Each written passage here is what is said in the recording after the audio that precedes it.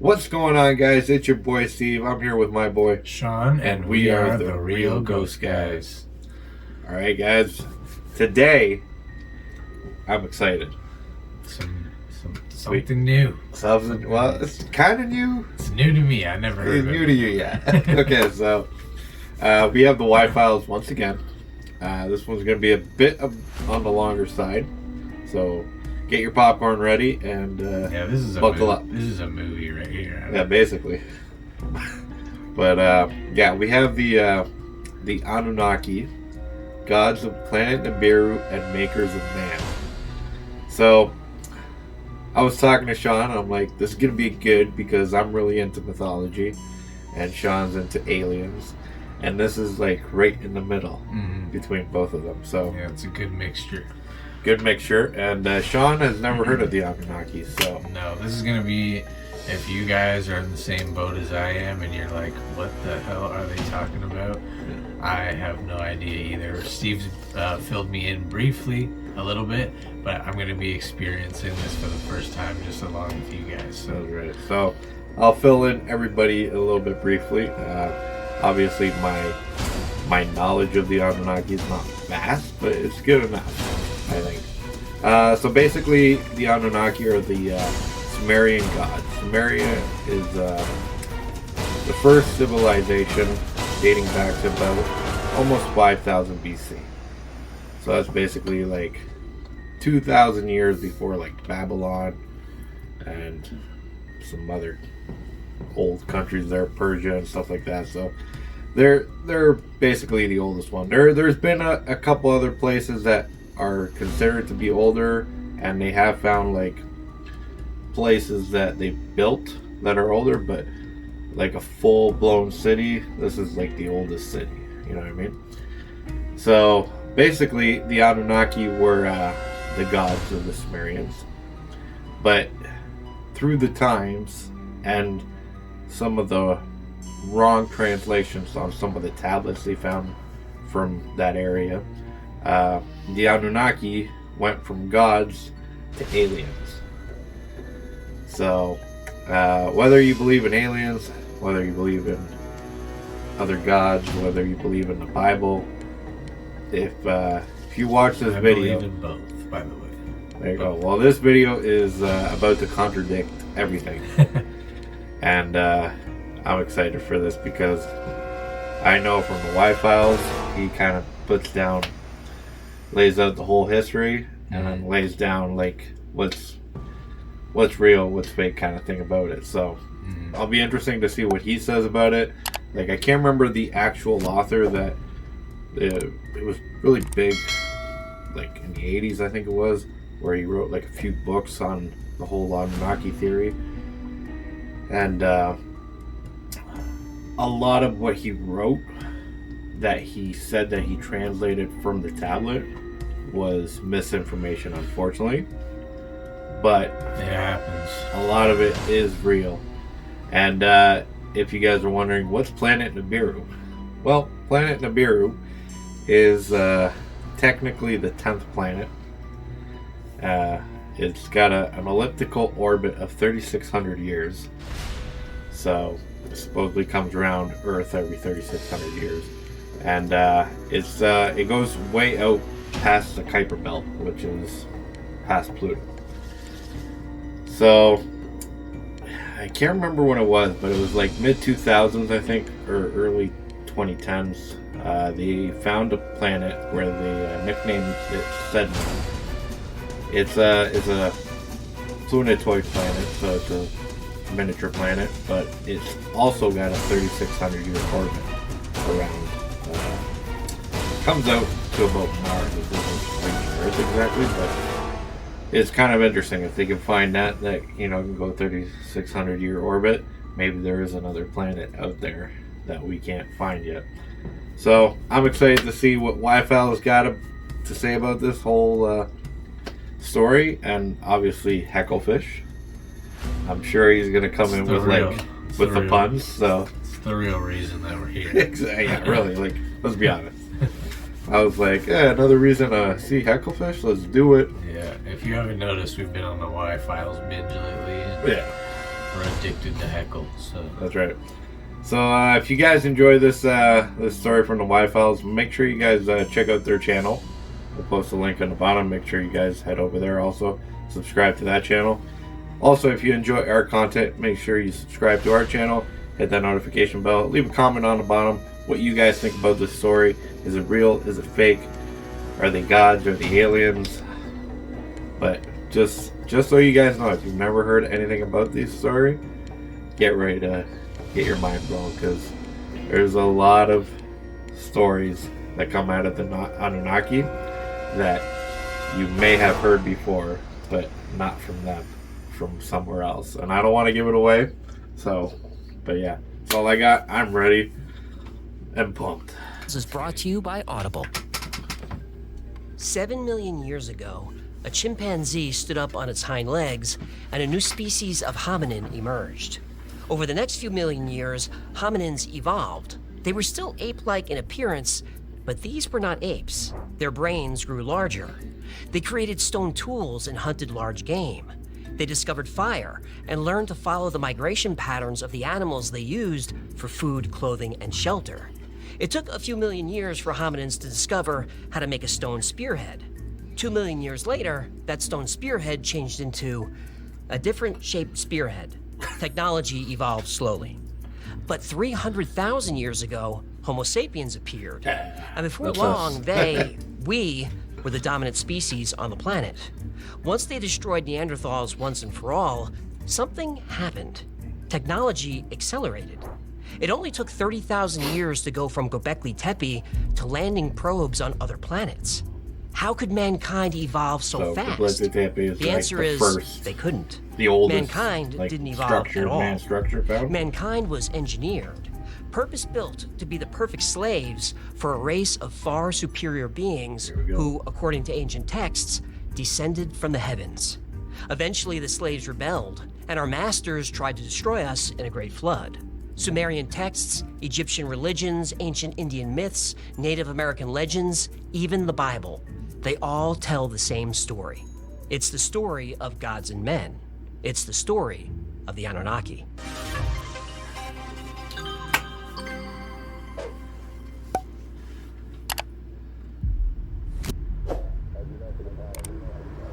Oh no.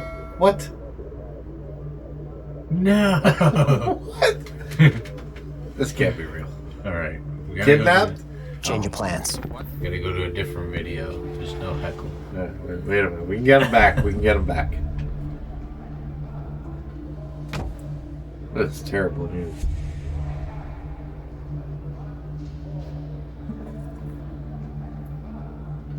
Who did it? The demons? As you the know, for the aliens? past week, The we've been Anunnaki. covering this horrendous kidnapping. Joining us today to discuss the situation is AJ. AJ, tell us how you're feeling. AJ, you're alive. This is sad news, The whole everybody. world now knows that Hecklefish was kidnapped for ransom 3 days ago. Behind me is a recent photograph of him.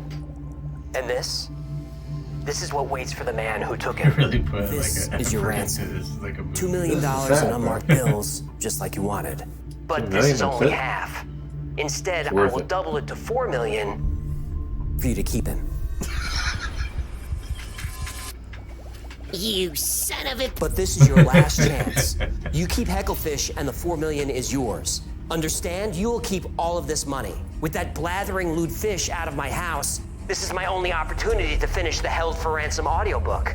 With Audible, the thriller you're listening to comes to life so vividly through audio, it's almost like it's happening in real life. It is happening! Get me out of here! There's nothing like getting caught up in a mystery thriller, and listening to it on Audible only enhances that experience. They have a must-hear collection of the latest and greatest the genre has to offer. With the Audible app, it makes it even easier to listen no matter where you are. Even blindfolded in an unfamiliar bedroom waiting for the ransom to come true. Audible is the destination for storytelling. New members can get a free trial accessing a growing selection of audiobooks, Audible originals, and podcasts. To start your Audible trial, visit audible.com/WFFILES or text code WFFILES to 500-500. That's it. I'm done. Am I really not getting out of here? Hello? Are you there? I hear you. I hear people. Well, that was well done. Mesopotamia is called the cradle of civilization. Long before the pyramids soared above Egypt, and ages you can before go with Stonehenge that. was built, the ancient civilization of Sumer thrived. Yes, Sure, we have sites like Göbekli Tepe and Möküklü Tarla, which predate the Sumerians, but those are small gathering places compared to the vast civilization of Sumer, the world's first empire. The Sumerians invented writing. They discovered the wheel. The sailboat was first created by the Sumerians. They revolutionized agriculture by inventing the first plow, to be used on farms fed by a sophisticated irrigation system. Few things I didn't Again, know. the world's first. Though the Greeks get credit for inventing city-states, that too was a Sumerian concept. Sumer was organized into city-states, each governed independently with its own ruler. These rulers reported to the king according to the Code of Ur-Nammu, the world's first legal system. Sumerians understood complicated mathematics and astronomy. Their number systems used to tell time and measure the angles of a circle are still used today. Sumer was founded about 7,000 years ago, and you probably know everything I've said so far. This is common knowledge. What's also common knowledge is that Homo sapiens, or modern man, appeared about 300,000 years ago. Look at how much our technology has evolved since the Sumerians. It took only 7,000 years to go from discovering writing to landing a man on the moon. Well, Okay, to landing something on the moon. better. So what took so long? Why the sudden explosion of technology? What was modern man doing for the 225,000 years or so before ancient Sumer? Why did technology not progress? Oh, good question. Ancient Sumerian texts tell us why. Technology couldn't progress because humans were busy working the mines. Working on a coal mine, going down, down, down. Working on a coal mine. Woo! I gotta slip down. Oh, they weren't mining for coal, they were mining for gold.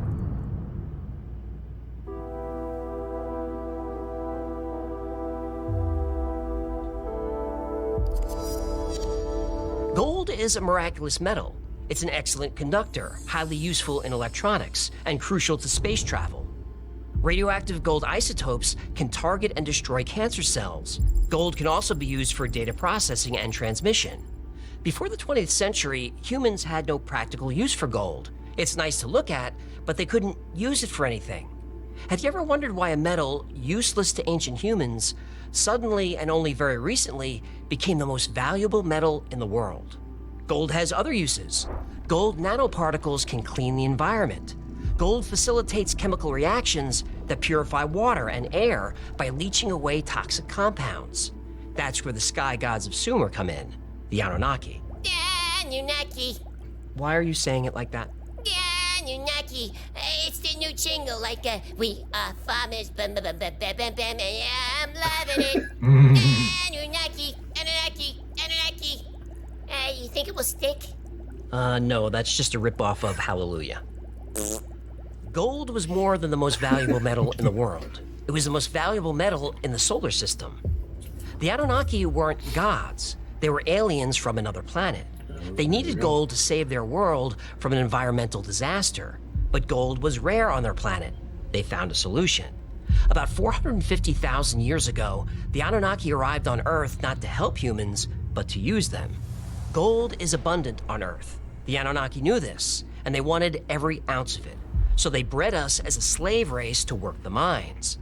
The planet of the Anunnaki, hiding in the far reaches of our solar system, does exist, not just according to ancient tablets, but according to NASA.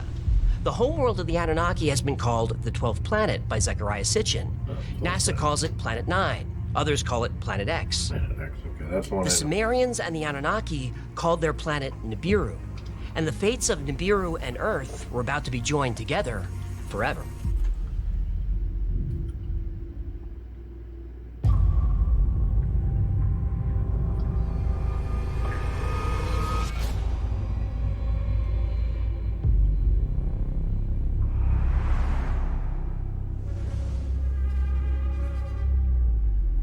Anu stood on his balcony and laughed to himself.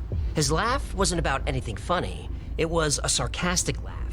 Anu wasn't his given name. Anu was his title, given to all leaders of his people, the Anunnaki. Yeah, Anunnaki. Please, no catchy jingles when I'm doing dramatic science fiction. Sorry. Go ahead, Philip K. Dick.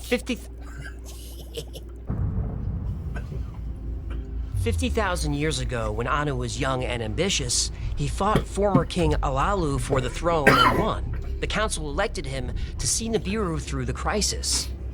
But during his time as leader, conditions on the planet were only getting worse.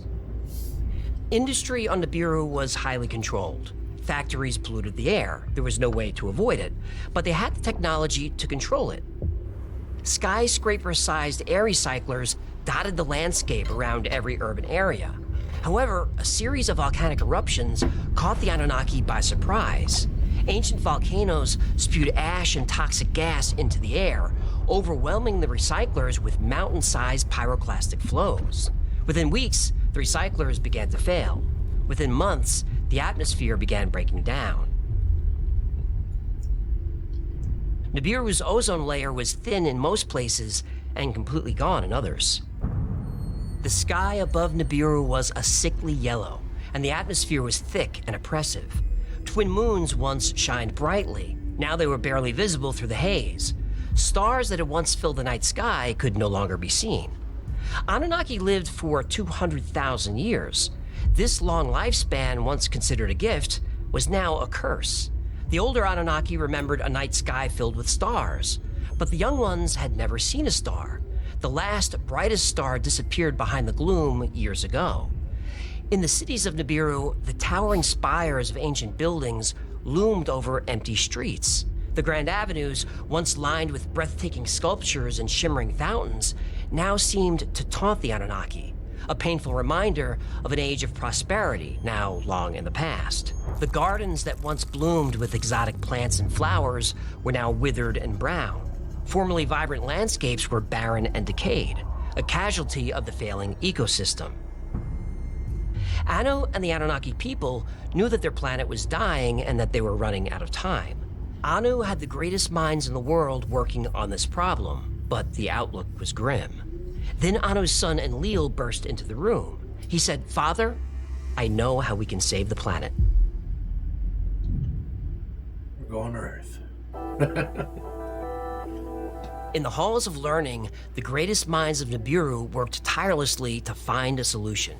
They pored over ancient texts and conducted countless experiments, searching for a way to halt the decay of their world. And then, in a moment of desperation and brilliance, Anunnaki scientists discovered the answer: gold. The precious metal, rare on Nibiru, held the key to their salvation.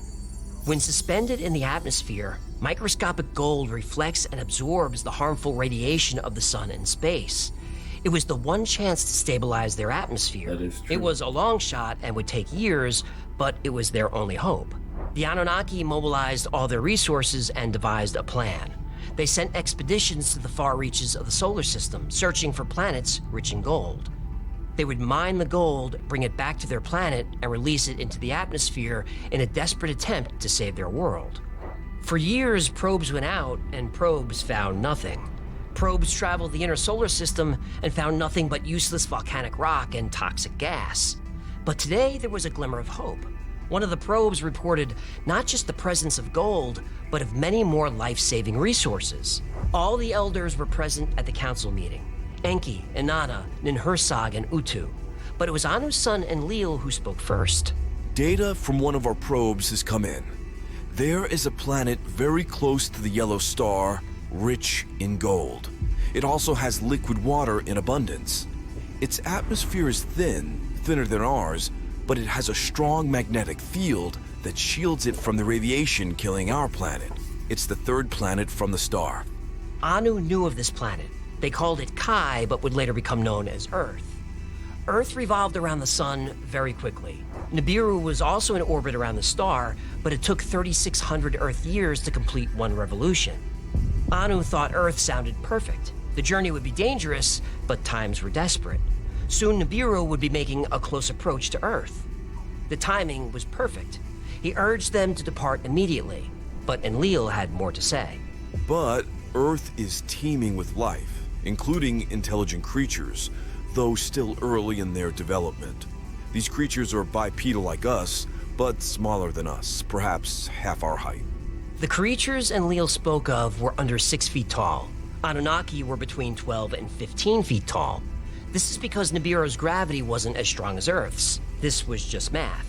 More gravity means smaller life forms. Low gravity allows plants and animals to grow very tall. Aside from their small size, the Earth creatures were similar in appearance to the Anunnaki in other ways. The Anunnaki had larger eyes and larger skulls than the Earthlings, but the Earth beings had 2 arms, 2 legs, eyes, nose, mouth, just like the Anunnaki. Anu sensed concern in Enlil's voice. Do these Earth creatures pose a threat to us and our project? They are primitive but violent. Some eat animal flesh, if you can imagine. They have no interest in gold, but they may perceive us as a threat. They have no technology beyond wood and stone. Still, in numbers, they could be dangerous. That's what the Ajiji are for. The Ajiji were a race of slaves who served the Anunnaki in all things, from operating the factories to maintaining order. They were an intelligent and obedient workforce, and they could surely handle primitive creatures half their size. The council convened, the decision was made, and 300 Anunnaki and 600 Ajiji were loaded onto great ships. It was time to make the journey sunward. It was time to make the journey to Earth.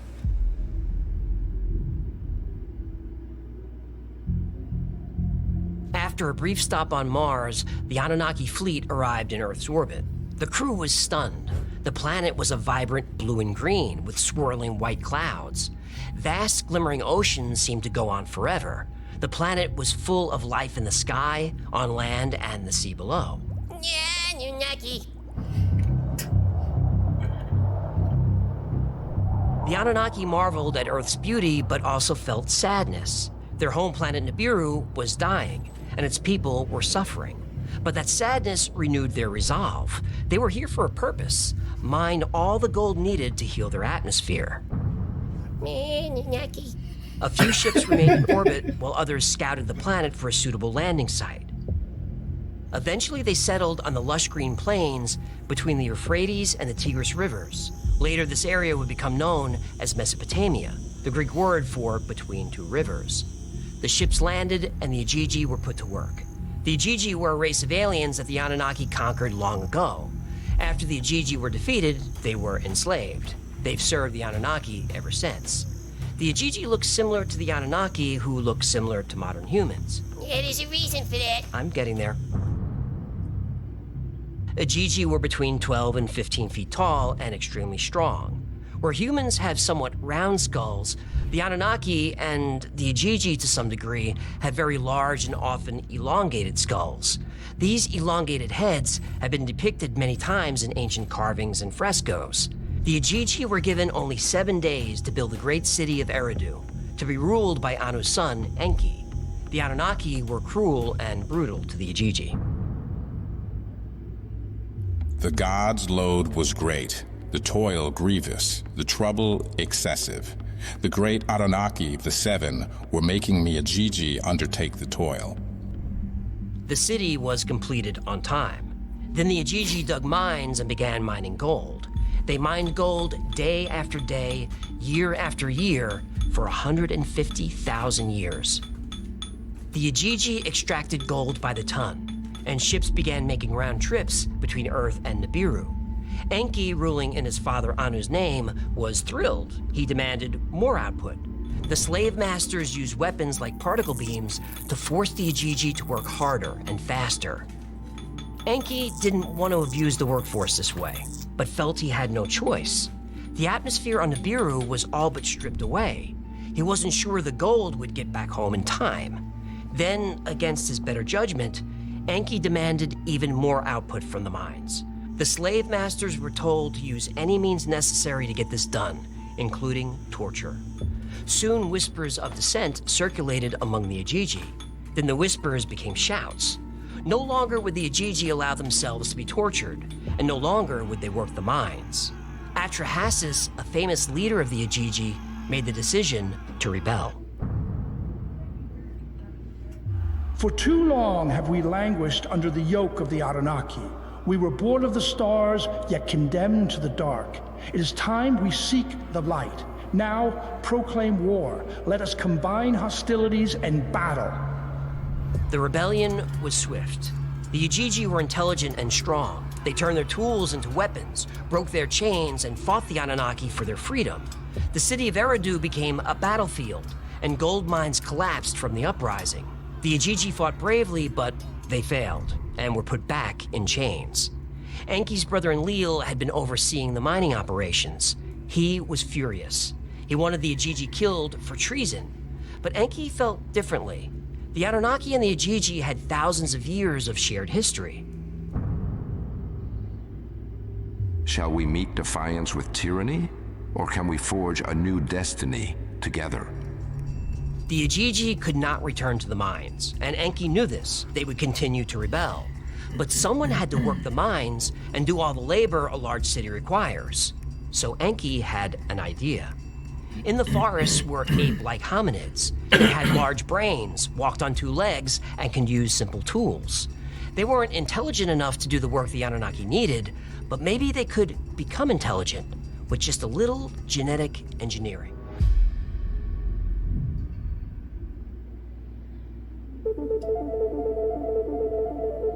There were groups of hominids living in the forest around the Anunnaki cities. These were our ancestors. They were either Homo heidelbergensis or Homo erectus. Stop it. The Anunnaki took one of the hominid males and attempted to cross his genetics with the Anunnaki. Yeah, Anunnaki.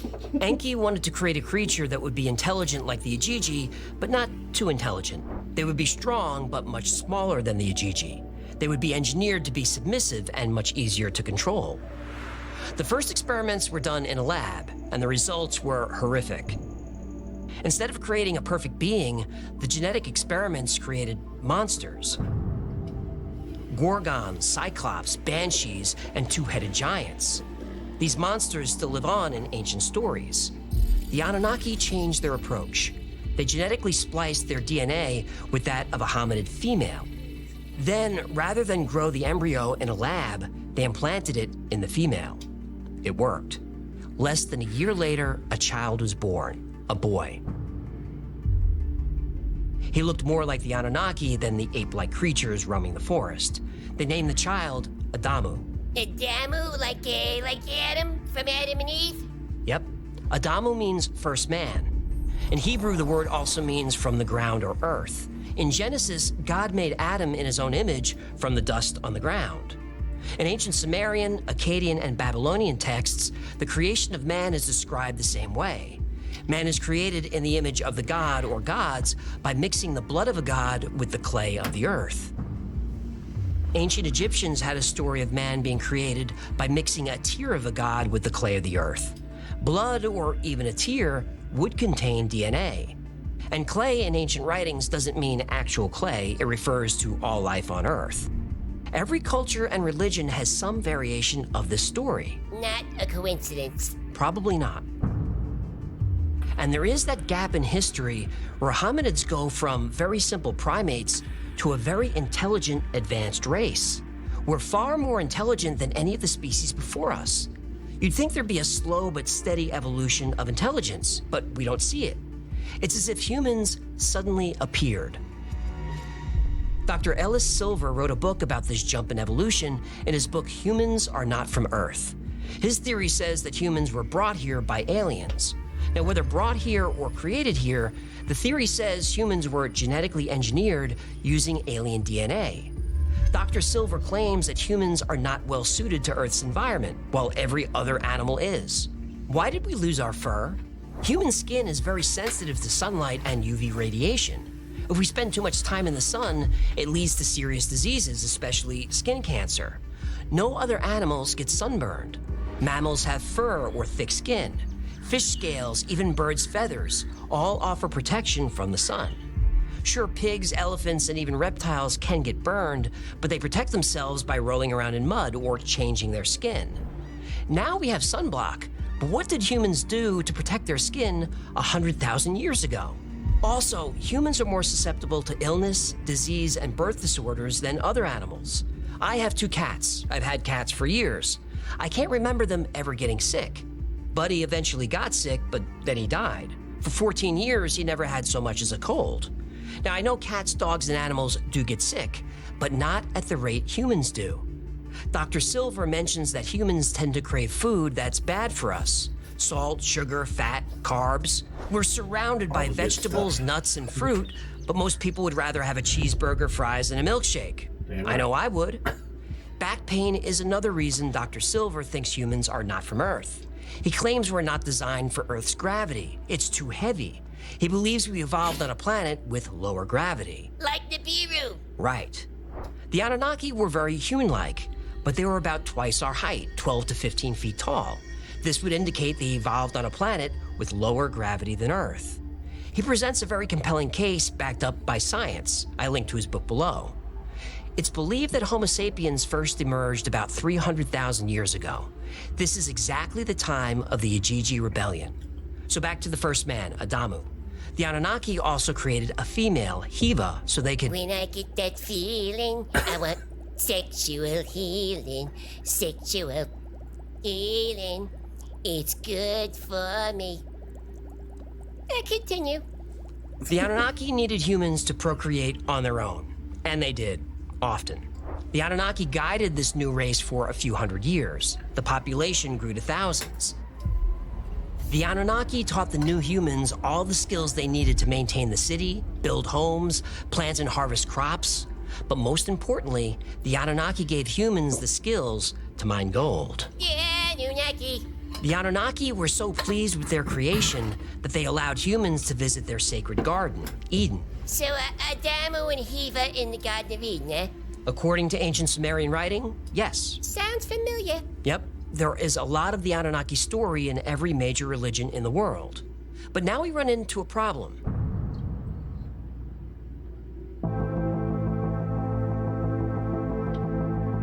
Humans didn't look like apes at all. They looked pretty much like Anunnaki, just smaller.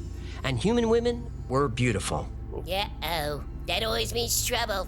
One of these women caught the eye of Enki, the Anunnaki ruler of the city Eridu. Yeah, and there it is. Hey, Enki, her eyes are up here. But relationships between Anunnaki, Ajiji, and humans were strictly forbidden. Don't sleep with the help. Oh, come on, that's rude. I'm serious. You get in trouble when you party with your employees. Just ask Arnold, Ben Affleck. So Enki broke the law and had a relationship with a human woman. From this relationship, a child was born, a boy named Adapa. Until now, humans were very simple, docile beings, intelligent enough to do the work the Anunnaki needed, but not intelligent enough to complain about it. The birth of Adapa changed everything. He was part human, part Anunnaki. He was extremely intelligent. He married a woman named Atiti. A titty? Atiti. What'd I say? From the family of Adapa began a new line of highly intelligent humans, and they started asking questions. They inherited the Anunnaki's desire for gold and for power. But there was a bigger problem. Another trait emerged in this new line of intelligent humans, a trait that would shape the future of our entire species. That new trait was violence. Yeah, violence. In just a few years, the first generation submissive humans were gone. Some were murdered, but most just died out. The new humans had no interest in mating with them, but they still were interested in mating. Get up, get up, get up, get up. Let's make love tonight. Against the orders of the Anunnaki, these new, intelligent, violent humans procreated a lot. Wake up, wake up, wake up, wake up, because you do it right. Soon the city of Eridu was overrun. It could no longer sustain the human population. People were killing each other for food. The violence was out of control. Enlil was especially annoyed by the constant disturbance of humans. He decided to lessen the population by sending a series of plagues. First drought, then pestilence, and then famine. After each of these plagues, the humans appealed to the god who made them, Enki. He helped ease their suffering and return the Earth to its natural state. By now, the Anunnaki had enough gold to heal their planet, and the humans had become a nuisance. The Anunnaki cast them out of Eden and out of Eridu, and from there, the human race spread around the world. But not all humans left. Some stayed and had relationships with several Anunnaki. The children born of these relationships were extremely powerful demigods. Legendary figures like Gilgamesh, Samson, Hercules, and Perseus were the offspring of Anunnaki human unions. But some humans had relationships with the Ajiji. These unions did not produce heroes. They produced monsters. These offspring were a race of giants called the Nephilim. They were cruel and brutal. They tormented and tortured humans, and in many cases, they ate them. Nephilim episode link below. Meanwhile, mankind flourished. Human settlements became cities, and cities became empires. Humans conquered all four corners of the earth. It was a prosperous, if not decadent time. Man, imagine living back then. See, now. But the human race didn't know their world was about to change, drastically. It first appeared in the night sky like any other star, but as the weeks passed, the object grew brighter and larger. Humans were confused and growing concerned. They had no idea what this object was, but the Anunnaki did. It was their home. Nibiru takes 3,600 years to orbit the sun, but its orbit is highly elliptical, so Nibiru travels way beyond Pluto nearly to the Kuiper Belt, then swings all the way back through the inner solar system. During this time, it comes very close to the Earth, so the Anunnaki started packing. They had enough gold to heal their atmosphere. There was no reason to stay on Earth anymore. Besides, when Nibiru got close to the Earth, they did not want to be on the surface. Yo, this sounds ominous. Oh yeah, it's gonna be bad. How bad? Well, imagine every disaster movie you've ever seen rolled into one cataclysmic event. Okay, that's bad. It's actually way worse. Yeah, but what about the humans? Oh, after Nibiru passes by the Earth, there won't be any humans left. Oh, no.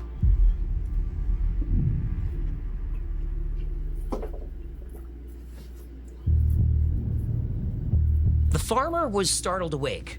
The sun was just rising over the mountains in the east. The animals always got restless at sunrise, eagerly awaiting their breakfast. But the animals were more than restless. They were going crazy. His wife groaned and rolled over as he launched himself out of bed. When he got to his barn, the farmer was shocked. His horses were literally screaming to get out of their stalls. One broke its neck trying to break free. His sheep were running in unison like a flock of birds, making a large circle within the pen. Occasionally, one would break off and throw itself against the stone corral. A few injured sheep limped around the perimeter. At least 2 were dead. It was madness. The farmer didn't know what caused the sudden alarm, but he was sure it had something to do with the object in the sky. His village first noticed it months ago when a new light appeared in the night sky. It looked like a star, as the sky gods called it. But the sky gods were gone now. After the new star appeared, they boarded great chariots that took them to the heavens. His people were on their own now. The object no longer looked like a star. It was almost the size of the moon. And like the moon, the farmer could see features on the great disk. Clouds were visible. He could see mountains and oceans. But unlike the moon, the object was visible during the day, constant and oppressive. He knew it was getting larger, or was it getting closer? It was difficult to tell. The farmer jumped when a flock of birds suddenly and loudly took flight. He scanned the forest and horizon beyond, and it seemed like every bird in the world had taken to the air. But there were no songs being sung. The birds were screeching. Then he felt it, a vibration. At first he thought it was his body trembling, but then realized the ground beneath his feet was trembling. The farmer felt the sound before he heard it, a hum so deep it was barely there, but the sound caused a wave of sickness to wash over him. He dropped to his knees to vomit when the world started tearing itself apart. He had experienced earthquakes before, some very powerful and frightening. Nothing compared to this.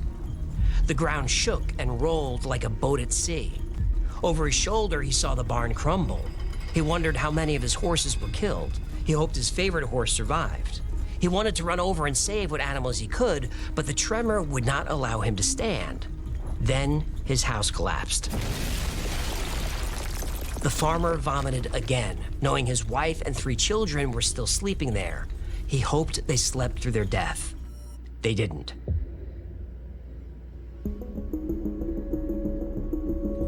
He heard his wife screaming from the rubble. He heard the wail of an infant. Then he heard himself screaming. But those sounds were suddenly overwhelmed by a great rumble as the ground lurched forward. The stone corral tumbled. Animals were knocked off their feet. Deafening thunder came next, but louder than any thunder he'd ever heard. The farmer covered his ears, but it was no help. What he couldn't hear, he could feel. He looked to the west.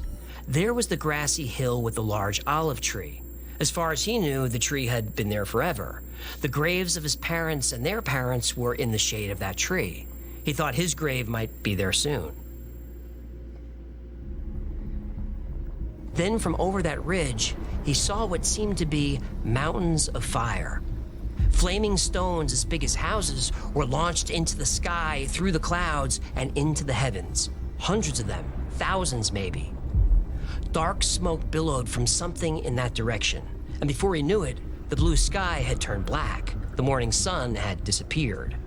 But at least he didn't have to look at the great disk anymore. He finally got to his feet and staggered toward his house. All he could hear was the growl of the earth, but he knew his wife was still alive. If he could just get to her, maybe he could...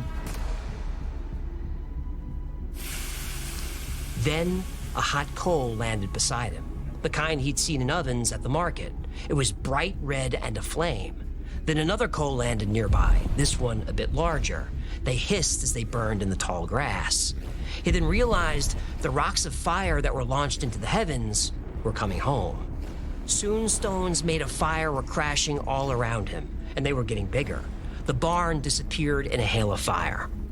On the ground, he saw the shadows. The stones were definitely getting larger, and they were bigger than houses, much bigger.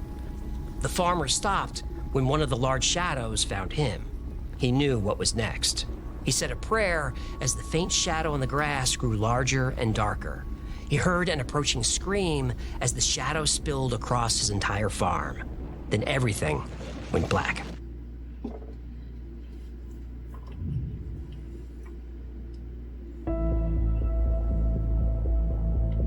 The fisherman was working frantically. The great disk in the sky was shaking the earth, and buildings were crumbling as if made of sand. He lashed ropes around a wooden pike to hold his boat in place. The waves were growing bigger, and his boat was thrashing violently. He hoped his knot would hold.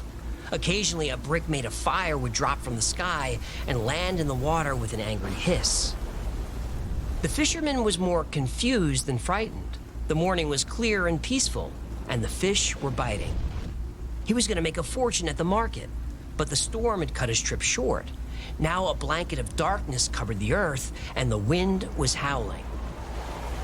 Soon the wind's howl became a roar, and rain thrashed so violently that the drops left painful welts in his skin. The earth had been shaking for hours, or was it just minutes? He couldn't tell. When the small houses in the village fell, countless lives were lost, but there were some survivors. They were making their way to the caves nearby. The tremors made it slow going, but the fisherman was sure they'd make it. A gust of wind felt like a shove that knocked the fisherman off his feet. But this shove continued and continued. The wind was so strong, the man was pinned to the ground, face painfully pushing into the sand. Any houses that survived the quake would not survive this gale. He was being pelted with sand and debris, and boats that weren't tied down sailed through the air, exploding into splinters when they landed. He once again hoped that knot would hold. He managed to get to his feet as soil and dust whirled around him. He couldn't see more than 2 paces in any direction. Unsure of where to go, he followed the sound of a child crying. But that child sounded so far, far away. Then, as if the sky gods had commanded it, the wind and rain stopped.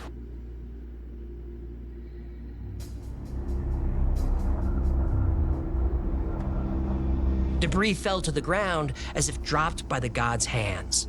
The earth stopped trembling, though he could still feel a rumble somewhere down deep. It could be the sound of hell itself.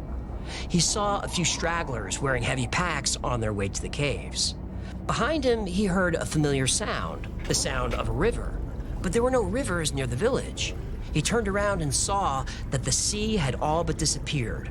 Water was rushing away at a ferocious speed. But to where? Soon the ocean was a field of mud that stretched to the horizon.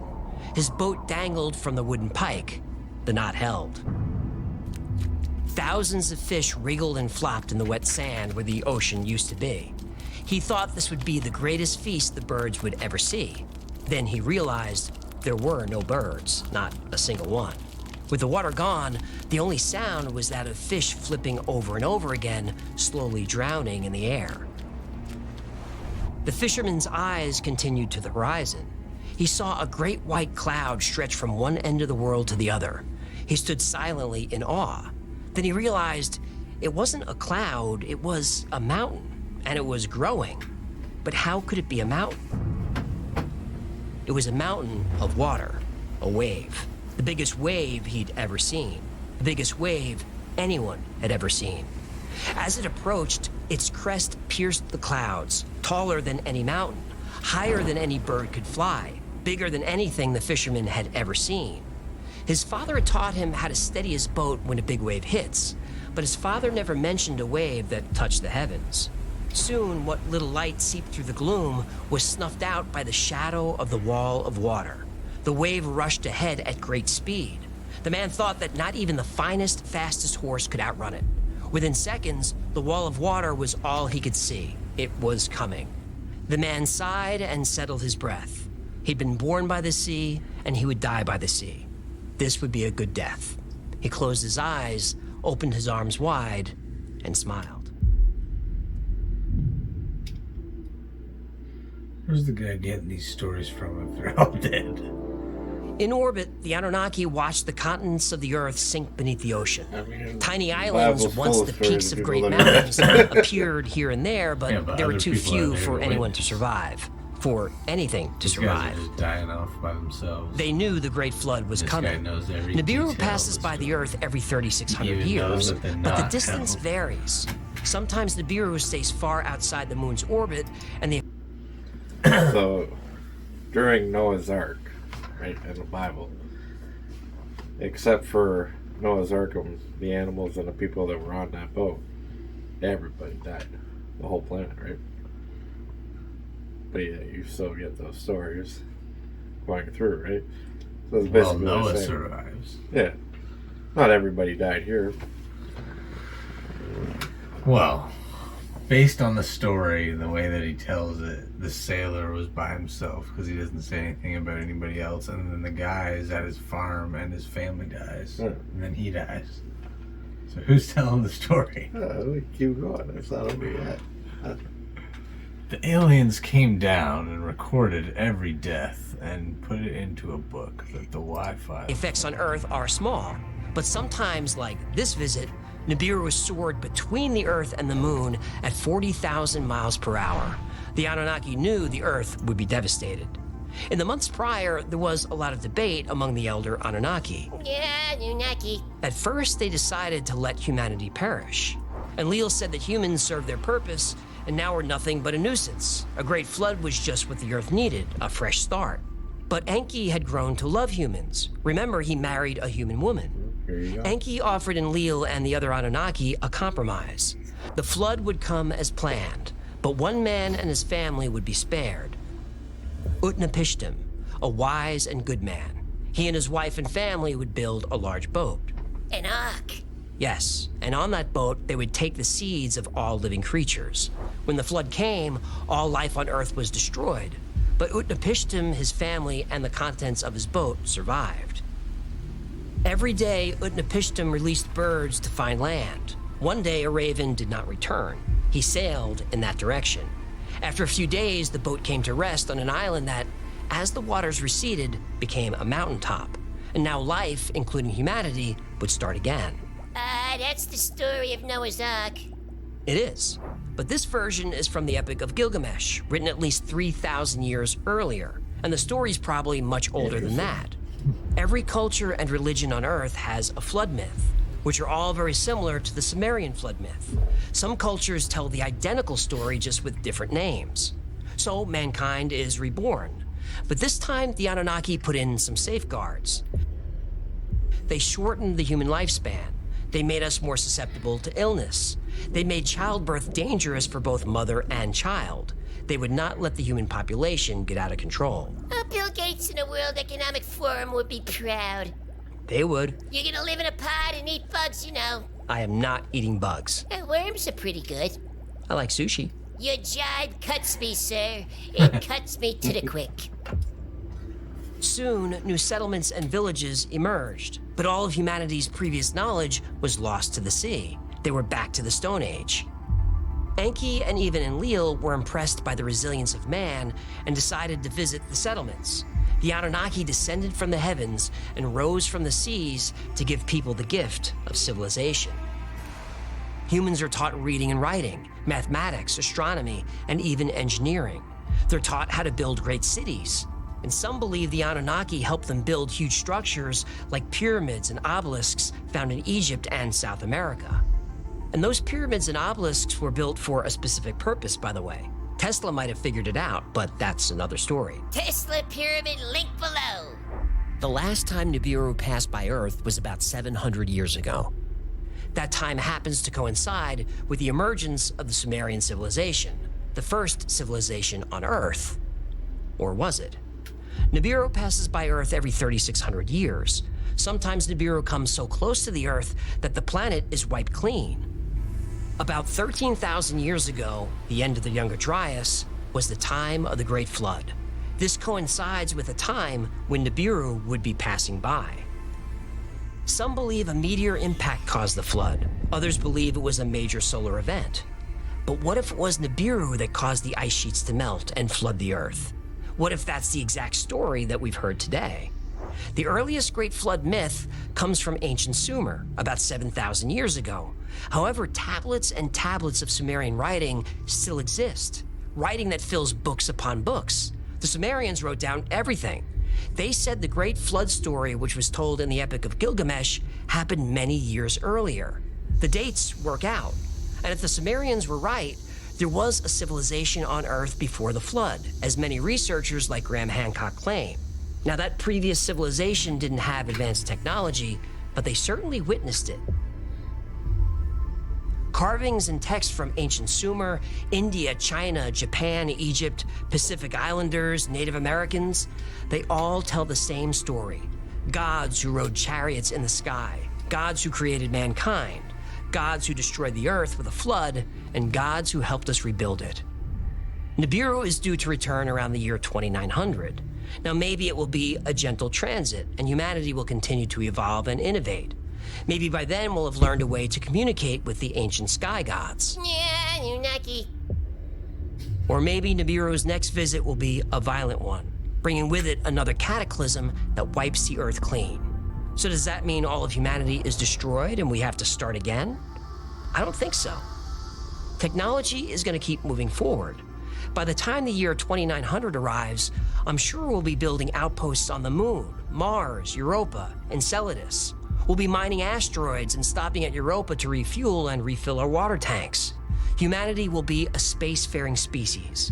And like we've conquered every corner of the Earth, I believe with a little luck and a lot of cooperation, we can conquer every corner of our solar system.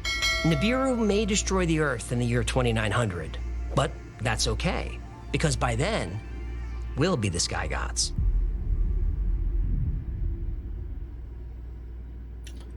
The student has become the master. The Anunnaki, the sky gods from Nibiru who traveled to the Earth in search of gold, needed to save their planet. And while here, they created the human race as a slave species to mine that gold. Eventually, humans grew too intelligent, greedy, arrogant, and violent. Then they were wiped out in a global flood when Nibiru passed close to the Earth. This story is one of my all-time favorites, and it is a classic. The Ancient Aliens television series is built around this story. But is it true? Ancient astronaut theorists say yes. I know they do. Almost all the Anunnaki ancient alien story comes from the work of Zecharia Sitchin. His book, The 12th Planet, explained how the story is written word for word in ancient Sumerian texts. His first book was such a hit that he wrote a whole series about ancient aliens and their time here on Earth. Sitchin spent over 20 years studying Sumerian tablets and teaching himself ancient languages. He translated thousands of texts, and a legend was born. So, who was Zecharia Sitchin? A Sumerologist? An archaeologist? A philologist? What in the name of Anu is a philologist? A philologist studies languages that are no longer spoken, like Latin, ancient Greek, Sanskrit, Sumerian, and many others. So, philologist, archaeologist, Sumerologist. Sitchin was none of these. He claimed to have an economics degree from the University of London, though that's never been confirmed. While he was working for a shipping company in New York, he taught himself Sumerian cuneiform. He then visited some ancient sites and started to piece together the ancient astronaut theory. Now, I'm a huge fan of Zecharia Sitchin. I've read all of his books many times, and they're brilliant. But he was wrong about just about everything. Oh, no. His translations of Sumerian writing are more interpretations than actual translations. He even gets the meaning of the word Anunnaki wrong. In the ancient texts of Sumeria, the term Anunnaki means those who from the heavens came. Yeah, that's wrong. The Ancient Aliens TV show uses Zecharia Sitchin's translation, not the real translation. Anunnaki actually means royal blood or royal seed. Anu was the king of the gods, and his consort was named Ki. The Anunnaki were descended from Anu and Ki. They became the gods in the Mesopotamian pantheon. Sitchin's book was released in 1976. There was no internet. There were no databases of ancient writing and cuneiform. But now there is. Because we now know so much about how the Sumerians spoke and wrote, we also know that Zecharia Sitchin wasn't a very good translator. He got even basic words and grammar wrong. In fact, the title, The 12th Planet, refers to the image on the Sumerian cylinder seal VA-243. On the seal, the sun is surrounded by 12 objects that appear to be planets. Sitchin claims that the Sumerians knew of all the planets in the solar system, plus Nibiru and a few other objects. Now, the truth is, the Sumerians did know about planets, but they didn't know of any beyond Saturn. They didn't have telescopes, and Saturn was all that they could see with the naked eye. Maybe the Anunnaki told them. Hang on, I'm getting there. Other things Sitchin got wrong. Not a single Sumerian text mentions a flying vehicle. Yes, we read about them in other cultures. Ancient Indians wrote extensively about Vimana, giant vessels that could soar above the clouds. And in researching this episode, I learned all kinds of interesting things about Vimana that I didn't know. And if you want a full video on that, let me know. It would be a good one. Let's do it. Back to Sitchin. The Sumerians wrote about gold a few times, but not that much. And there's nothing in the text about mining gold to heal the atmosphere on Nibiru. By the way, Nibiru means crossing. Sitchin interpreted this to mean it was a planet that crossed the Earth's orbit every 3,600 years, but that's not what Nibiru was. Nibiru, or the crossing, was often associated with a solstice. It could refer to an object in the sky that indicated a solstice, or it could mean the sun or possibly a star crossing a certain way during a solstice. Sitchin took this idea and ran with it. He interpreted Nibiru to be a planet, but it wasn't. I'm not sure how he came up with the 3,600-year orbit, but if a huge object roared past the Earth every 3,600 years, you'd think there'd be plenty of documentation. Maybe it was lost in the flood. Well, now the flood is interesting. Every culture and religion has a flood myth. I think the count is up to 140, and maybe more. And they're all very, very similar stories. Frequently, 8 people are saved, as in the stories of Noah, Utnapishtim, and many others. It's been said that all the flood myths are copied from the others, and that the flood in the Bible is derived from the Epic of Gilgamesh. But when the ancient Sumerians wrote about the flood, even to them, this was an event that happened in their ancient history. The Younger Dryas. It could be. I think it probably was. I think all these myths were referring to the same great flood, and they didn't copy each other. I think they all arose independently. The ancient Chinese, Mayans, Nordics, and Polynesians weren't intermingling in ancient times, yet they all tell the same story, probably because it happened. Also, almost as many cultures have a creation myth about a god adding his own essence to clay. The essence could be DNA, and the clay could represent early hominids. Zecharia Sitchin's ancient astronaut theory is considered pseudoscience. His work has been called far worse. So is the story of the Anunnaki and Nibiru debunked? Well, not so fast. Debunkers have been asking for hard evidence, physical proof of the Anunnaki. For thousands of years, the Sumerian cities of Eridu and Ur were myths, but they were eventually found. And in the city of Ur, a tomb was discovered. In the tomb was the skeleton of a queen of the first Sumerian dynasty. The first queen? Yep. That would make her a human Anunnaki hybrid. Well, according to the legend, it would. Is she? Sure looks like it. Yahtzee!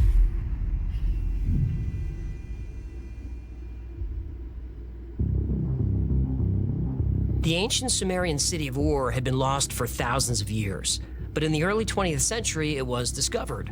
In 1927, British archaeologist Leonard Woolley discovered the remains of Queen Puabi.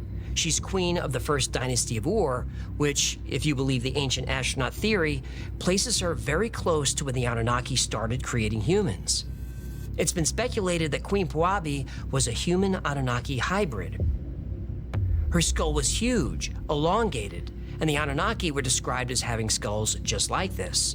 There's currently an effort to have her DNA tested, but that project has been met with some resistance. Yeah, predictable.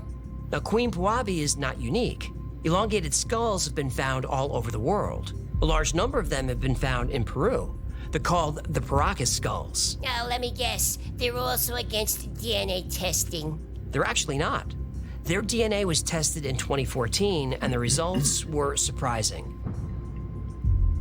The skulls date back thousands of years and have DNA only found in people in the Middle East. Correct me if I'm wrong, but Peru is not in the Middle East, is it? It's not. And listen to this. The DNA from the largest skull has genetics that originate in Mesopotamia. They're real! Nah, they're not. Well, mainstream science doesn't think so. Mainstream science can go pound. One of the researchers of the skulls, L.A. Marzulli, believes the skulls belong to Nephilim hybrids. And it's interesting that people with Middle Eastern DNA were in the jungles of South America thousands of years ago. Are they Nephilim? Yep. Anunnaki hybrids? Yep. I'll leave it to you to decide. Now, we know Sitchin was wrong about the planet Nibiru. But in 2015, Caltech researchers found evidence of a huge object deep in the solar system. It's a planet about the size of Neptune with an orbit so elliptical it reaches far beyond Pluto. Just like Nibiru. Yep. Now, there are no photographs of it yet, but it's so large that its gravity is affecting the orbits of objects in the Kuiper Belt. Researchers say there is a 98% chance the object is there. Yeah, Anunnaki. It was a long-held belief that Homo sapiens' large brain is what made us so intelligent, but a Neanderthal brain was the same size as ours. Now, they weren't simple cavemen. Neanderthals built families, societies, created art, music, and waged organized war. But Homo sapiens eventually wiped out Neanderthals. How? Neanderthals were extremely strong, far more physically powerful than humans, and they had the same sized brain. They should have destroyed us. Why didn't they? In 2013, Homo naledi was discovered. Homo naledi are an extinct species of early humans. They had very small brains, only about 1/3 the size of ours. Yet they knew how to make stone tools. They conducted funeral rituals, which implies they had religion, or some idea of an afterlife, which also implies they had language. They were very intelligent. So if brain size doesn't indicate intelligence, what does? Well, in 2020, a very interesting study was released by scientists at the Max Planck Institute of Cell Biology and Genetics. They identified a genetic mutation that triggered the faster creation of neurons in the Homo sapien brain. The gene is known as TKTL1. Other hominids also had this gene, including Neanderthals, but they all differ from the modern human gene by 1 amino acid. This small change wouldn't come from crossbreeding or years of evolution. The only time we see a single gene altered this specifically is when that gene is targeted and manipulated with technology, with genetic engineering. By altering this one gene, Homo sapiens are able to grow neurons much faster than any other hominid species, faster by far. For 300,000 years, Homo sapiens didn't change much. They didn't invent or innovate. In fact, Neanderthals were the dominant species on Earth up until about 50,000 years ago. Then something happened. Man suddenly started to create, reason, and invent. Within a few generations, Neanderthals were wiped out, and Homo sapiens conquered the world. And our species has been rapidly advancing ever since. That gene, TKTL1, with just a tiny tweak, acted like a turbo switch in our minds and made us who we are today. Now, you may not believe in the Anunnaki, but you still have to wonder, who flipped the switch?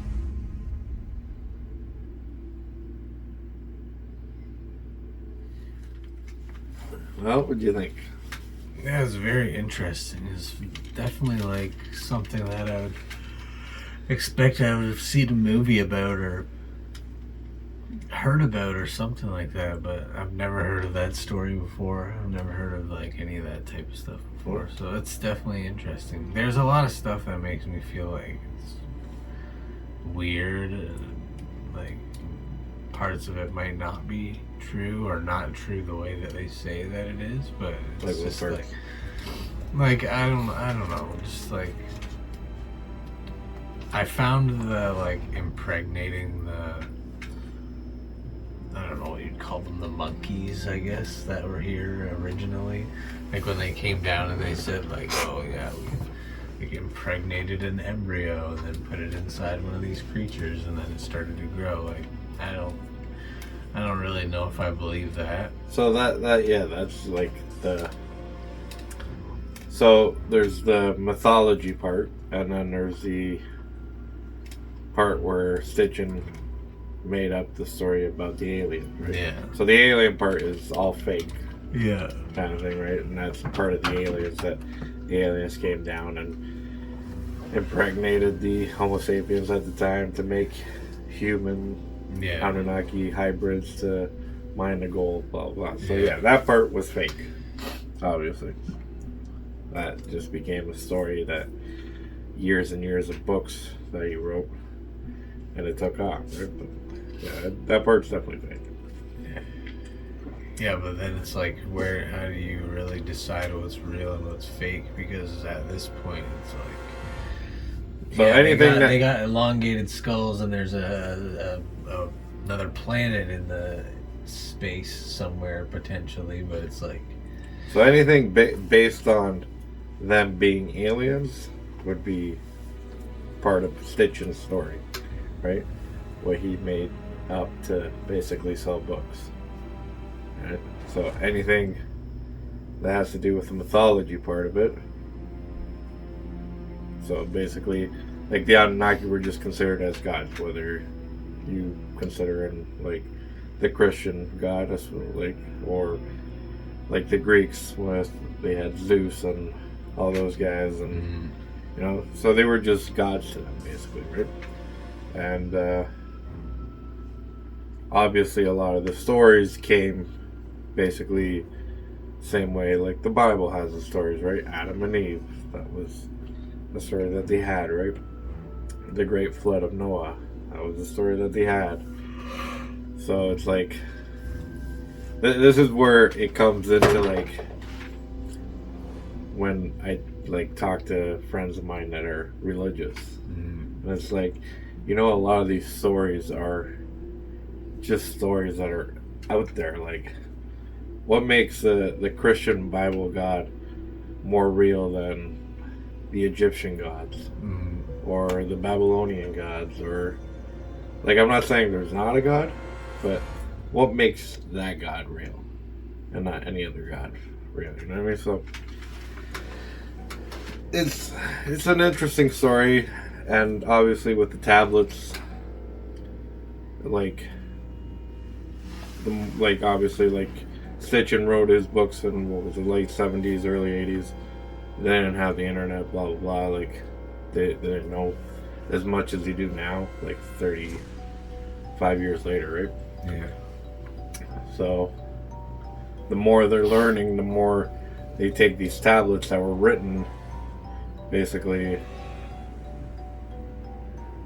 3,000 years before the next, or 2,000 years, I'd say, before the next huge civilization came around. And you look at it, and you figure it out, and you translate it properly, and you see some of the stories that coincide with other people's theories on religious parts, at least. Yeah. And you gotta sit back and wonder, like, why is there so much similarity here? And these were written 2,000 years before anything else was written, you know what I mean? So, now was there something before even them? There might have been.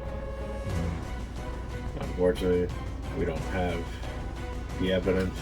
But as like he was saying at the end, that the story of the flood, the way they wrote it down was like, they wrote it down like it had happened in their history. Like, it didn't happen when they wrote it down. So, was there something before them?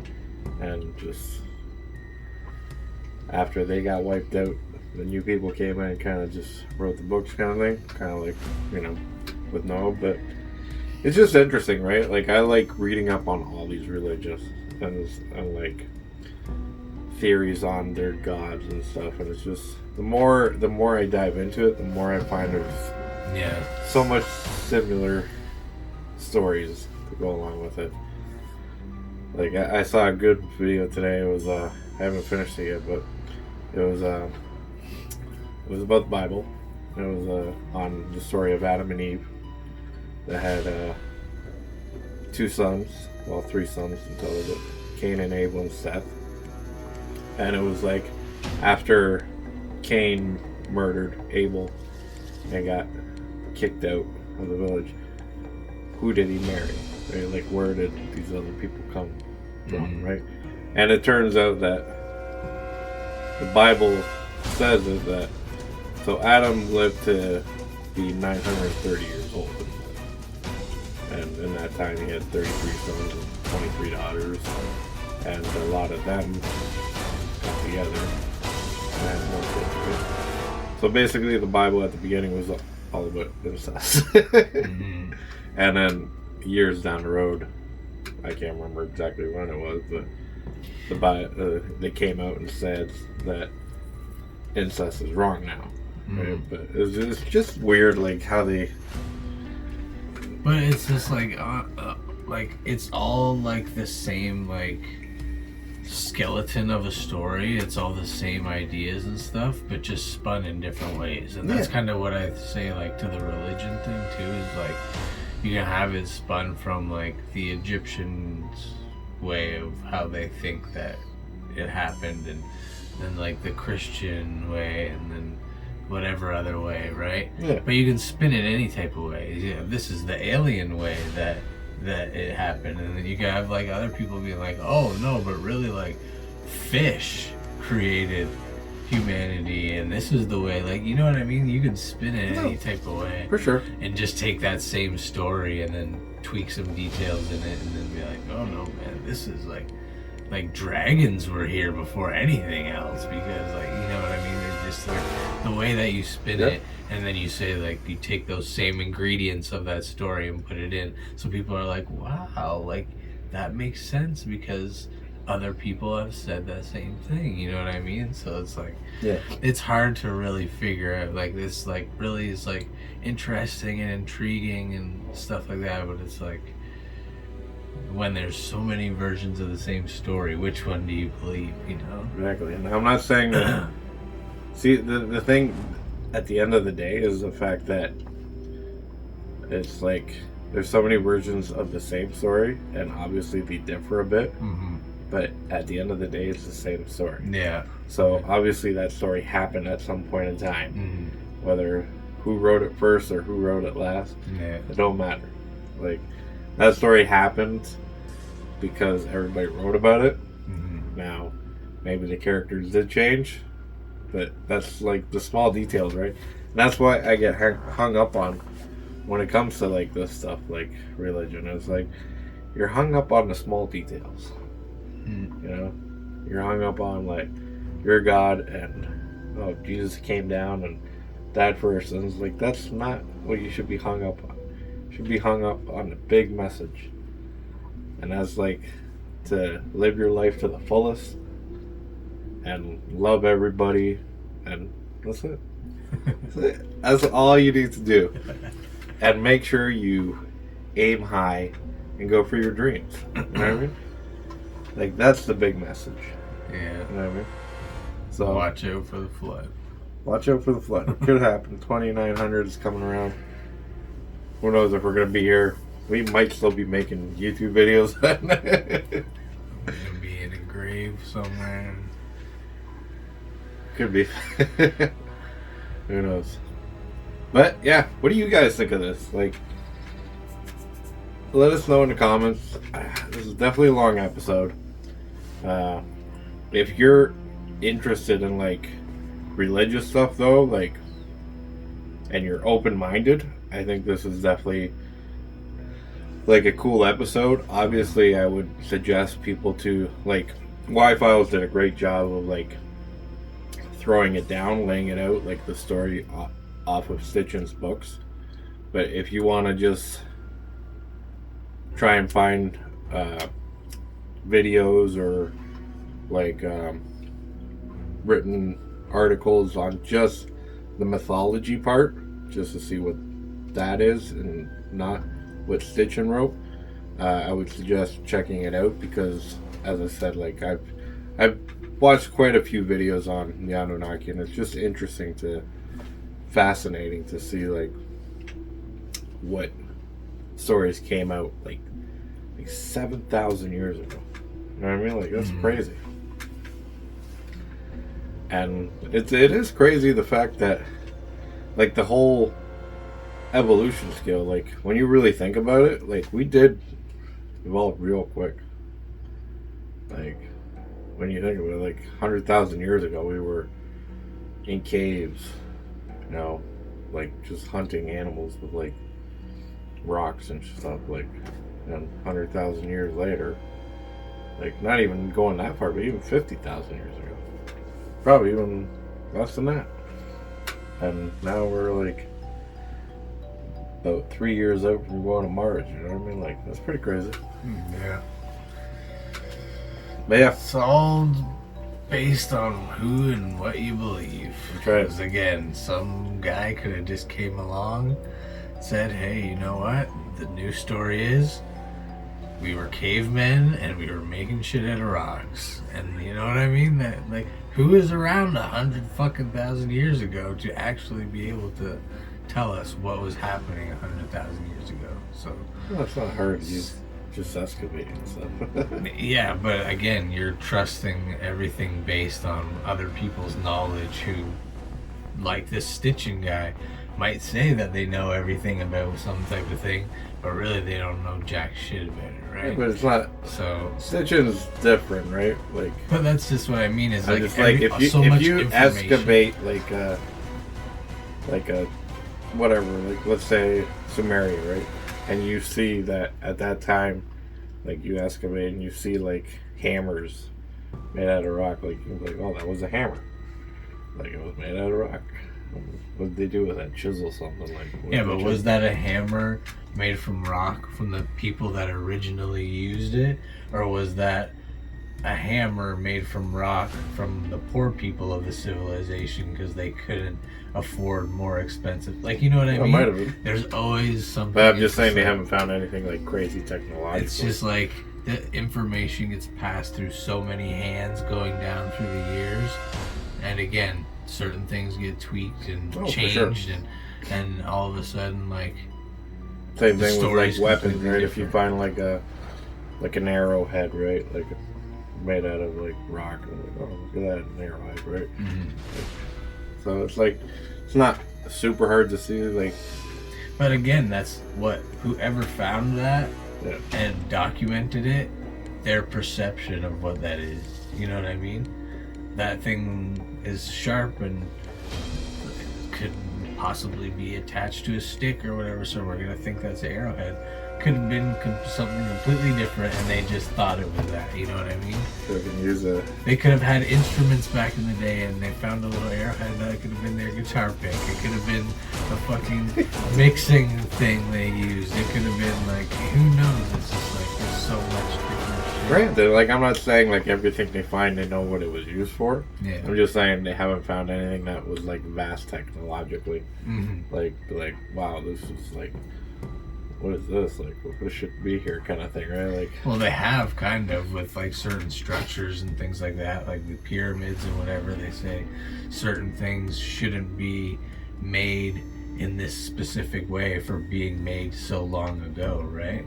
So there is certain things that there's like, but it's just, again, it's just the fact that like you have to really put your belief in whatever somebody's telling you that could have changed the story, that could not know exactly 100% what they're talking about,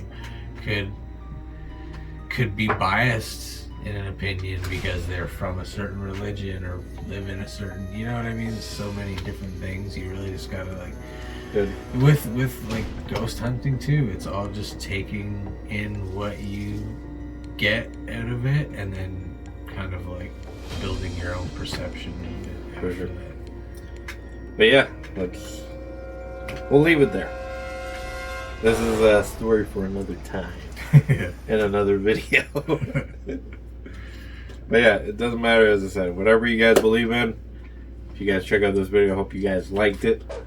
Hope you guys hit that like button. Write a comment on the bottom what you guys believe. Is it true? Is it fake? What do you guys believe in? And yeah, we're definitely looking into making more of these WFFILE videos. One of our favorite channels right now. So if you guys enjoyed it, make sure you guys check out the WFFILEs. Also hit a like on their channel and a sub. And make sure you guys sub our channel if you guys like what we do. And don't forget, this summer is going to be filled with crazy stuff. So until next time, guys, I'm your boy Steve. I'm here with my boy Sean, and we are the Real Ghost Guys.